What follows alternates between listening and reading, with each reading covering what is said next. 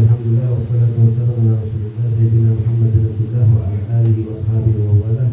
Imtithal amr fi sahibi kaid alhamdulillah wa Allah bi hayatihi wa adallahu min nasr wa intihar wa dhakr al-kathir wa hifdh al-rasul wa mashayikhina wa habaibina Allah yahfazhu wa yarhamna alayhi ta'ala al-afiyah wa yudhillu wa iyyakum ma'amana wa rajulna ونقرأ جديد لما يتعلق بالمعاملة التي حصلت في الزمان هذا di antaranya muamalah yang berhubungan dengan yang sering terjadi di masyarakat.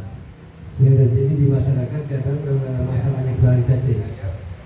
Implementasi barang jadi, kebanyakan orang kalau menjadikan barang di zaman sekarang yang menerima barang jadi menggunakan manfaat barang tersebut.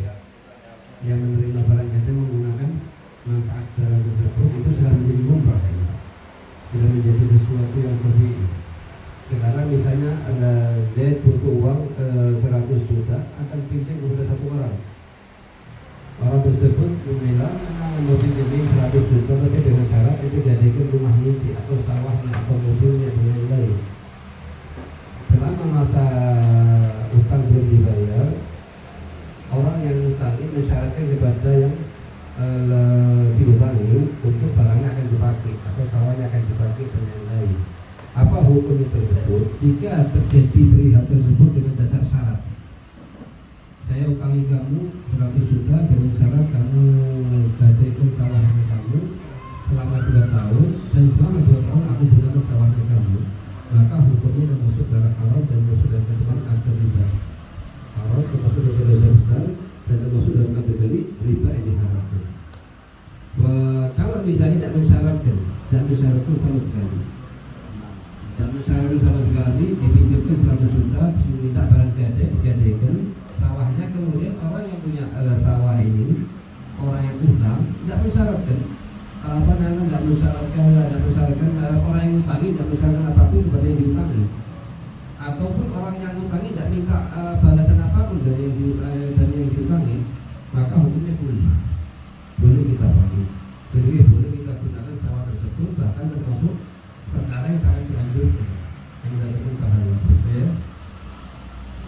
Bayulurda adalah perjanjian atau persyaratan untuk menjual kembali atas barang yang telah dibeli. Nah, ada tak jalan keluar yang sekiranya sah menurut seluruh ulama yang lebih asal daripada barang gadai digadaikan? Sebab kalau kita gadaikan barang terus dia nanti ngambil faedahnya masuk ke dalam hadisnya Rasulullah SAW, kullu bardin jaranam andul riba.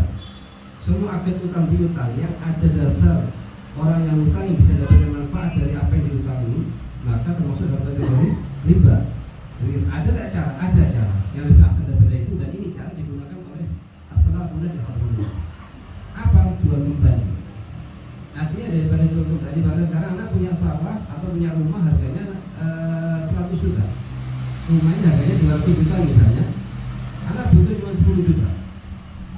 Anda butuh cuma 10 juta, minjem ke orang tidak bakal mau ngasih kecuali dengan bunga. Kalau ada bunganya baru mau ngasih. Zaman sekarang kalau jangan ada bunganya, jangan orang yang minjem itu. Gimana cara yang ahsan? Yang ahsan Anda jual ke dia, Anda jual rumah ini kepada ente harganya 10 juta, padahal harganya 200. Dan kapan Anda mampu membeli lagi, Anda beli lagi dengan harga yang sama 10 juta. Selama belum mampu, Anda pakai itu rumah. Ente pakai itu rumah, ente sewakan, ente pakai, ente pinjamkan ke orang besar. Hukumnya apa? Hukumnya boleh dan sah menurut pendapat sebagian ulama. Banyak dari ulama ini mengatakan hukumnya sah dan hukumnya sah. Di antaranya Al-Habib Muhammad bin Salim bin Habib Abahnya Umar punya karangan khusus tentang Bai'ul Muhdath yang memperbolehkannya. Ya. Tapi bentuk dan gambarannya adalah terjadi kesepakatan dulu antara penjual dengan pembeli bahwa maksudnya Anda cuma mau pinjam 10 juta karena Anda tidak dapat pinjaman, makanya Anda jual ganti 10 juta. Tapi dengan dasar kapanpun Anda mampu beli lagi, Anda akan beli lagi dan nanti jual dengan harga yang sama 10 juta. Bukan ada soal 300, dengan harga yang sama. Hukumnya apa? Hukum besar. Gitu ya. Bayulurda adalah perjanjian atau persyaratan untuk menjual kembali atas barang yang telah dibeli, yang dilakukan atau dibuat oleh penjual sebelum penjual dan pembeli mengadakan akad jual beli. Di antara contoh perjanjian yang dibuat oleh penjual sebelum mengadakan akad jual beli yaitu kapanpun penjual ingin membeli kembali atas barang atau rumah miliknya yang telah maka pembeli harus siap untuk menjualnya kembali. Nah, oke. Ya. Kemudian Boleh dengan batasan waktu. Oh, bisa saya jual, tapi tadi ini kesepakatan di luar akad ya, di luar akad. Jadi buat akad dulu, buat perjanjian dulu dengan menjual pembeli. So, anak butuh cuma uang 10 juta, akan anak jual rumahnya harga 10 juta gitu. Padahal rumah harga 200 juta. Akan anak jual itu selama 2 tahun. Sebelum selesai 2 tahun, ini pakai.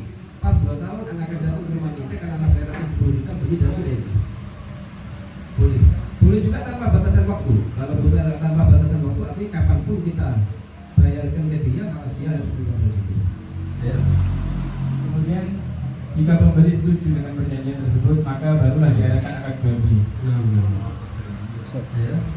Dan Kalau umpamanya tadi dibeli dua dengan harga 10 juta, kemudian si penjual mengatakan saya akan beli lagi dalam waktu 1 tahun dengan harga 20 juta. Sekarang dijual dengan harga 10 juta. Ya, tapi dengan perjanjian setahun. Perjanjian dulu setahun ya. Anak jual sama antum ya. Ya, Anak jual 10 10 juta.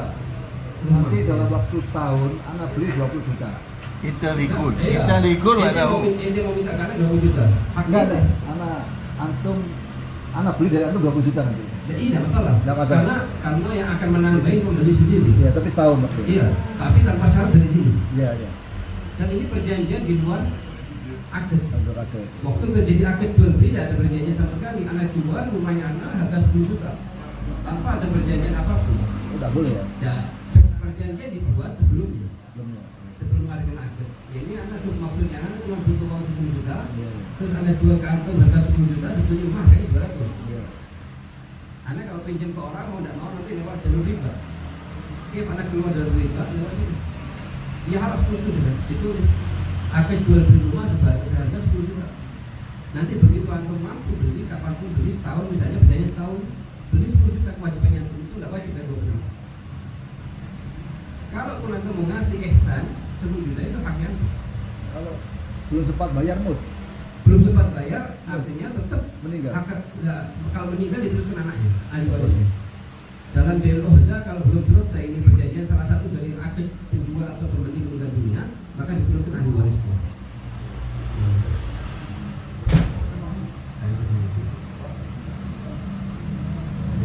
Bayul Roda dinamakan juga dengan Bayul Wafa, Nah, yang artinya adalah penepatan janji. Nah. Sebab dinamakannya dengan Bayul Roda ya Bayul Wafa, yaitu dikarenakan wajib bagi pembeli untuk menepati janjinya dari persyaratan yang telah dibuat oleh penjual dan disetujui olehnya.